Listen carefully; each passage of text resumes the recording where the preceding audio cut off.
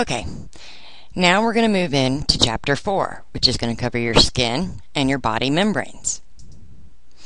As with the previous chapters, you'll have some objectives.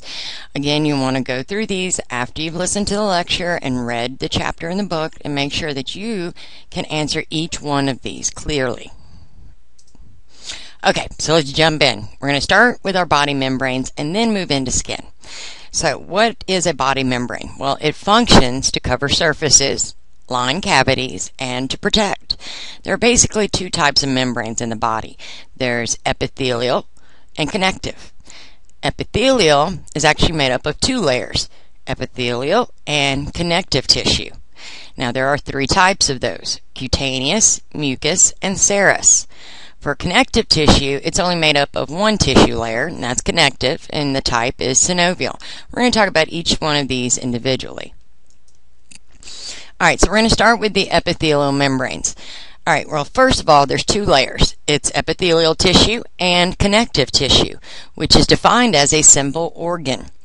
And that's a real simple concept, but a lot of people just overlook it. Okay, when you go back to Chapter 1, where you talked about how the body's organized, it's organized into cells, and cells make up tissues, and then two or more tissues makes up an organ, and then a couple of organs makes up an organ systems, and so forth and so on. So it's hard to, imagine. We think of organs as your heart and your stomach, but your epithelial membranes are organs because it's two or more tissue layers. So keep that in mind. Now there are three types. The first one is a cutaneous membrane. This is your skin. Okay, we call this a dry membrane because it is exposed to the air. Now it's formed of keratinizing, stratified, squamous epithelium and dense connective tissue. Keratin is a waterproofing protein that we'll talk more about later. The second type of epithelial membrane is a mucous membrane. This is going to line cavities opened to the outside. So it's formed of epithelium and loose connective tissue. So you got to think about all the cavities that are open to the outside. Okay, that would be like digestive. You have a mouth and an anus that leads to the outside. Urinary, you have the urethral opening that leads to the outside. Respiratory, you got mouth and nose. Reproductive tracts, you'll have urethra for males and their penis, or vaginal being for the women. Again, all these lead to the outside. That's your key thing. So they're all bathed in mucus to keep them from drying out. Alright, in this picture on the left, you see the cutaneous membrane. Again, that's the dry membrane. And then to the right, you see the mucous membranes. And you're seeing a couple here, so respiratory and digestive. The third type of epithelial membrane is a serous membrane. This lines body cavities closed to the outside. So this is formed of simple squamous epithelium sitting on areolar connective tissue. Now, we kind of just talk about this now, and then you really don't talk about it for several chapters, and then it jumps back again when you start getting into the heart and the lungs and the digestive system, because that's where those three are found.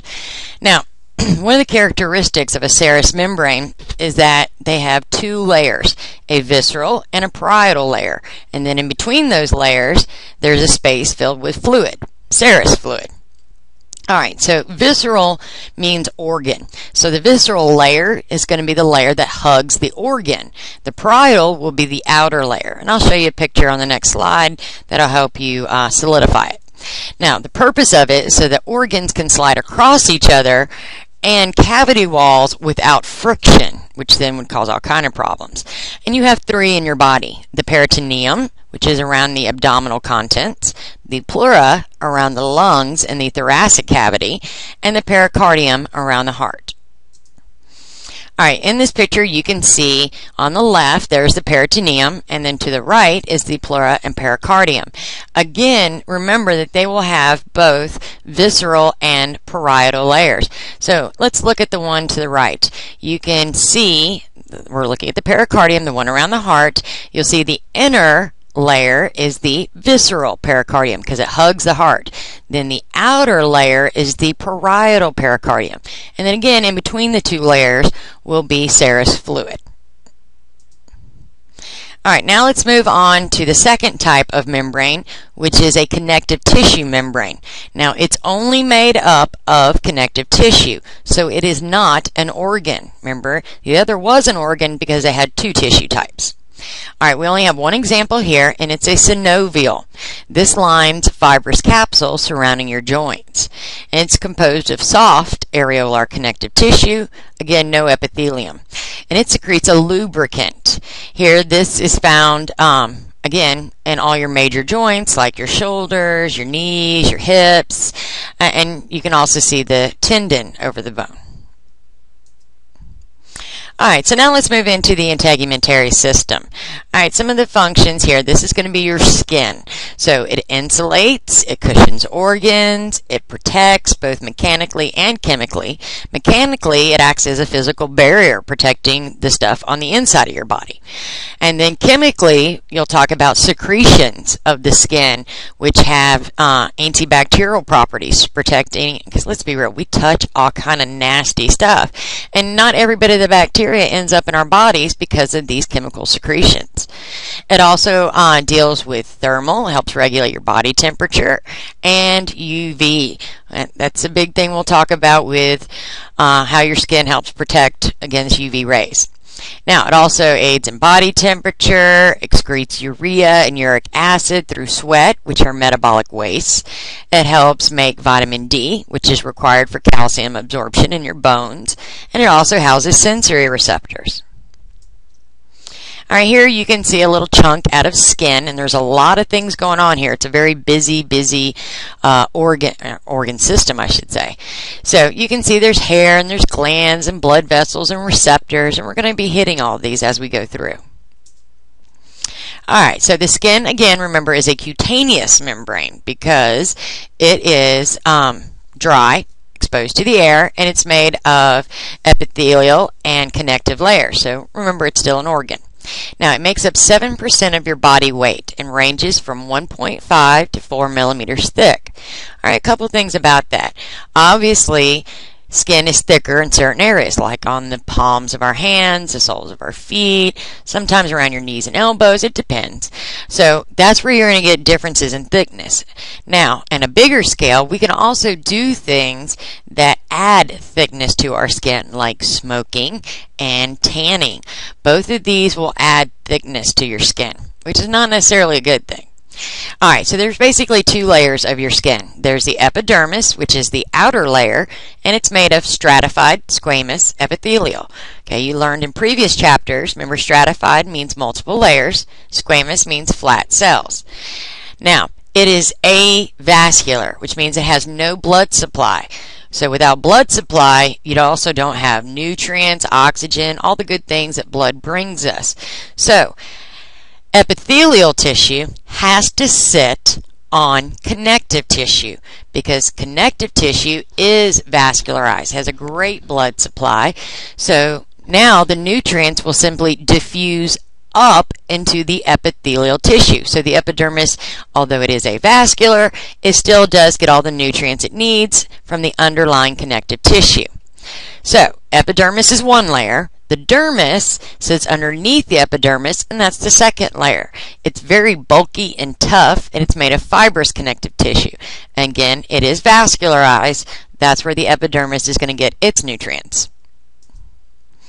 Now, hypodermis. This sits up underneath the dermis. This is not a layer of skin. Okay, it's also called superficial fascia. It's mostly fat or adipose. It helps anchor the skin to the muscle. It's loose enough for the skin to help slide. Alright, so in this illustration, you can see the epidermis is on top, and then the dermis sits below that or underneath it, and it is much thicker. And then you've got hypodermis, which remember is not a layer of skin. Okay, so let's get into the nitty-gritty of each layer. The epidermis is the top layer. You get new epidermis or new skin every 25 to 45 days. Now that's based a lot on your nutrition, your activity level, so there's other factors in there. Alright, there are several types of cells that you find in skin. We're only going to hit the two biggies. So if you go further on and you take BSc 1093 or BSc 1094, which is AMP1 and AMP2, you'll go into a little deeper into these concepts and learn about all the cell types. But again, we're only going to hit a couple. So the keratinocytes are by far the most numerous cell. It produces keratin protein, which is a waterproofing protein, and this makes the skin tough. Now, that's most of the cells. Melanocytes are found scattered throughout them, and they produce melanin, which is a protein which is responsible for your skin color. Now, freckles and moles are concentrated areas of melanin, and that functions as a natural sunscreen. Now, there are 5 zones or layers of epidermis. Again, we're only going to deal with the top and bottom, the big ones. If you go further on, then you'll have to learn more. Alright, so the stratum basale, think basale base bottom, that is the bottom layer. It gets most nutrition and is constantly dividing and going through mitosis. The new cells that are made there will then be pushed up toward the surface. This is a layer that 24 hours a day is going through mitosis, giving you new skin. The top layer is the stratum corneum, which is 20 to 30 layers of thick, dead keratinocytes, and this is what's going to slough off. Alright, so in this picture, in the top left hand, you can see the stratum basale. That's a single layer of cells constantly going through mitosis, giving you new skin. The top, you can see, is again several layers of the stratum corneum, which is the dead keratinocytes that will flake off. To the right, you can see that epidermis, and then it goes into the dermis, which we're going to be talking more about. Alright, so we're at the dermis. This helps hold the body together. Now, there are 2 layers of dermis, the papillary and reticular. The papillary layer gets the nutrients for the epidermis, and it has these ridges on the hands and feet that make up fingerprints and footprints. Now, you have these ridges everywhere. So, I mean, we could theoretically print your forearm, but they're more concentrated in your hands and feet, so they make better ridges. Now, the papillary layer is small in comparison to the reticular, which is really big, because that's where you find all your blood vessels, sweat and oil glands, and your pressure receptors. Now, prolonged pressure cuts off the blood supply, killing those cells, and that's where you end up with your bedridden patients getting bed sores, decubitus ulcers, and that can be a very big problem. Alright, I love this picture because it's a nice summary picture. It's got everything in there. It's got the epidermis and the dermis, and then it breaks those regions down. And you can see in the epidermis that stratum basale and the corneum, and then in the dermis you see the papillary and the reticular regions. Alright, a homeostatic imbalance. Blisters. Blisters are where the epidermis and dermis separate. Now, so there's lots of reasons you can get blisters. You can get them simply, by raking the yard, causing abrasions. You can also get them from too much fluids too quickly. Now, stretch marks. These are called striae. This is tearing of the dermis, typically from rapid growth. So we see these during pregnancy, where the belly grows too big. Same thing happens with women at puberty in their breast area if they grow too rapidly, or rapid weight gain will also cause stretch marks. Skin color. Alright, this is determined by melanin. That's the main determinant, and that's genetic. But now we also get some skin color from keratin, which we get from food like carrots. And oxygen-rich hemoglobin will show up through the skin as well. Some abnormal skin colors. You've got bluish. If you get blue skin tone, that's typically indicative of cyanosis, which is you're not getting enough oxygen to that area. It could be poorly oxygenated hemoglobin, or the blood supply's been cut off. There's numerous reasons, but either way, that tissue is not getting oxygen. Redness, that could be due to blushing, fever, hypertension, which is high blood pressure, inflammation, allergy, which is the erythema, that's the redness. Now, pale typically is due to like emotional stress, anemia, Low blood pressure ends up being blanching. Okay, blanching is where you'll see just like, let's say you're looking at your left lower forearm and you see kind of these like white spots. That's blanching.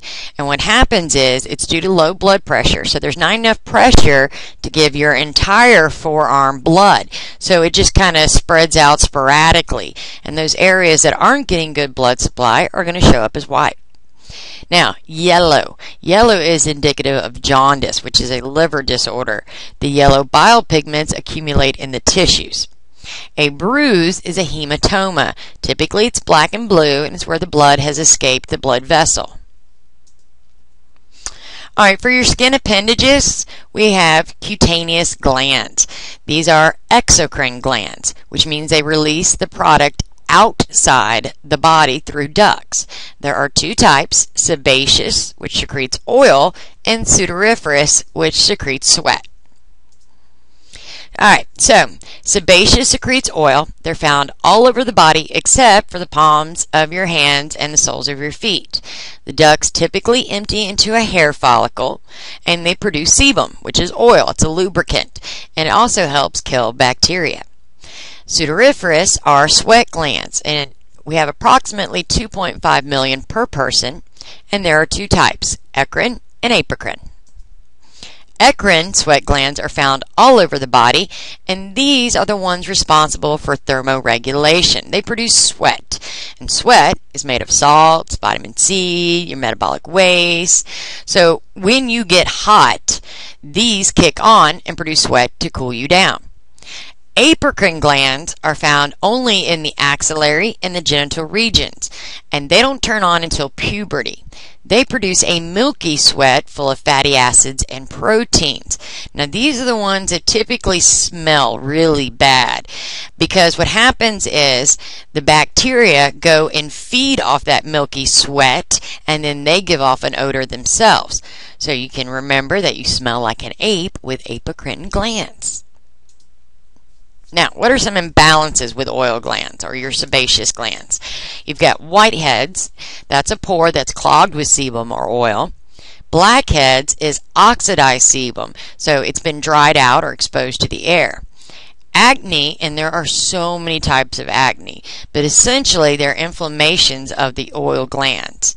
Seborrhea is overactive cradle cap in infants. As adults, we know it as dandruff.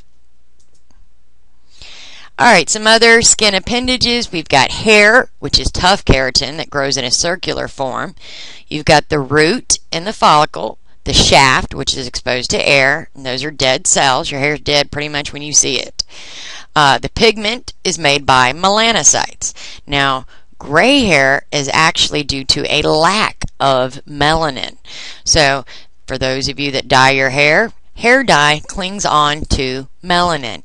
So, if you ever paid attention, you dye your hair now, you've got normal, blonde, brown, black, whatever, red hair, you use a typical hair dye. But when you start to turn gray, you have to use a different hair dye because there's no more melanin for it to hold on to.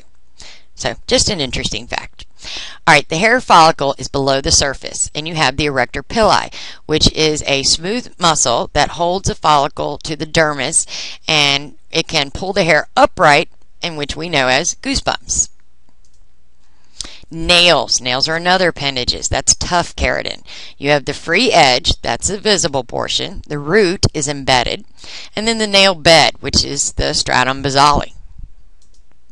Alright, moving on to homeostatic skin imbalances. You have infections. There are numerous infections of the skin. You've got athlete's foot, which is a fungus, boils, cold sores, psoriasis.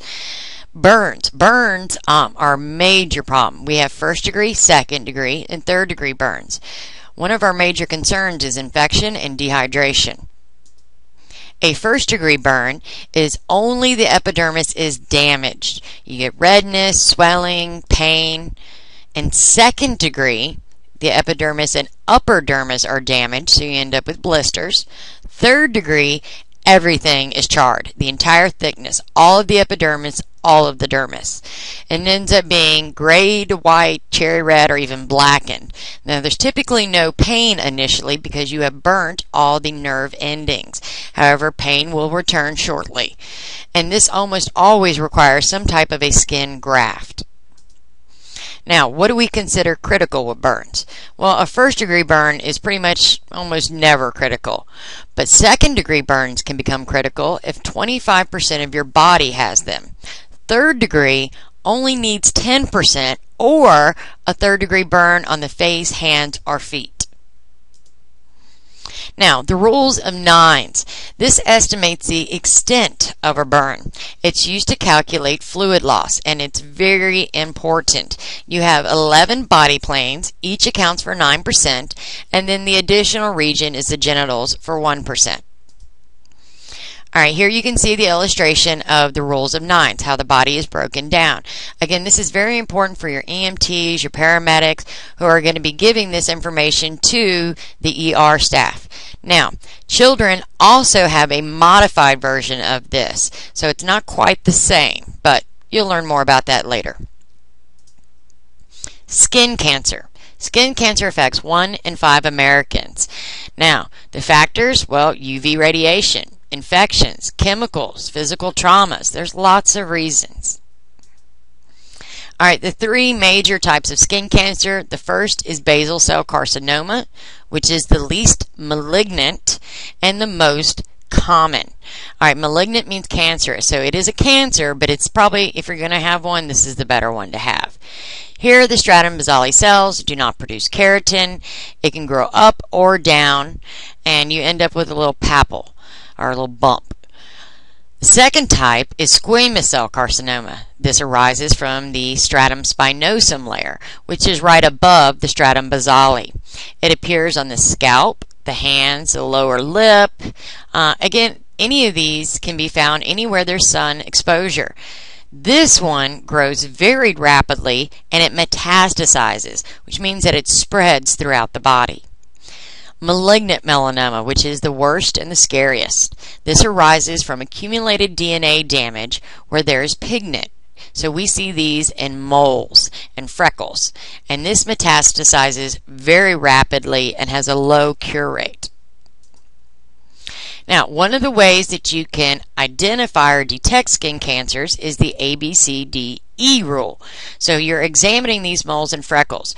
You're looking for A, asymmetry, where the sides don't match. B, border irregularity. That's where you have indentations and not a clear circular edge. C, color, multiple colors.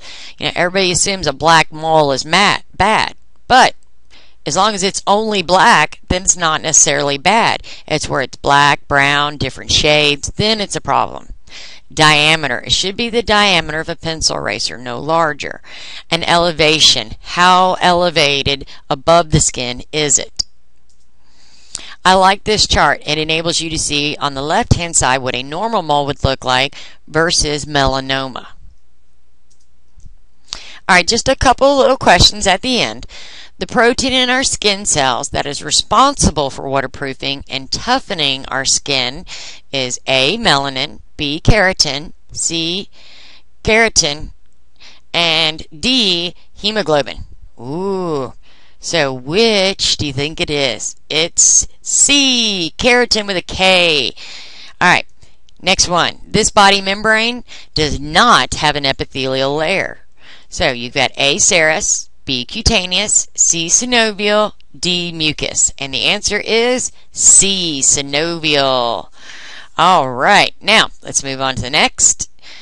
The type of skin cancer that arises from a cell in the bottom layer of the epidermis and is least malignant.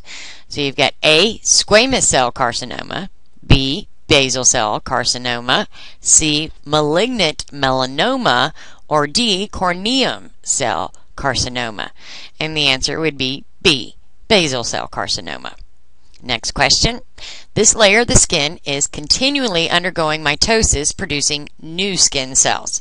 You have the A, stratum corneum, B, stratum basale, C, papillary layer, and D, reticular layer. And the answer is B, stratum basale. Awesome, good job. And that concludes this chapter.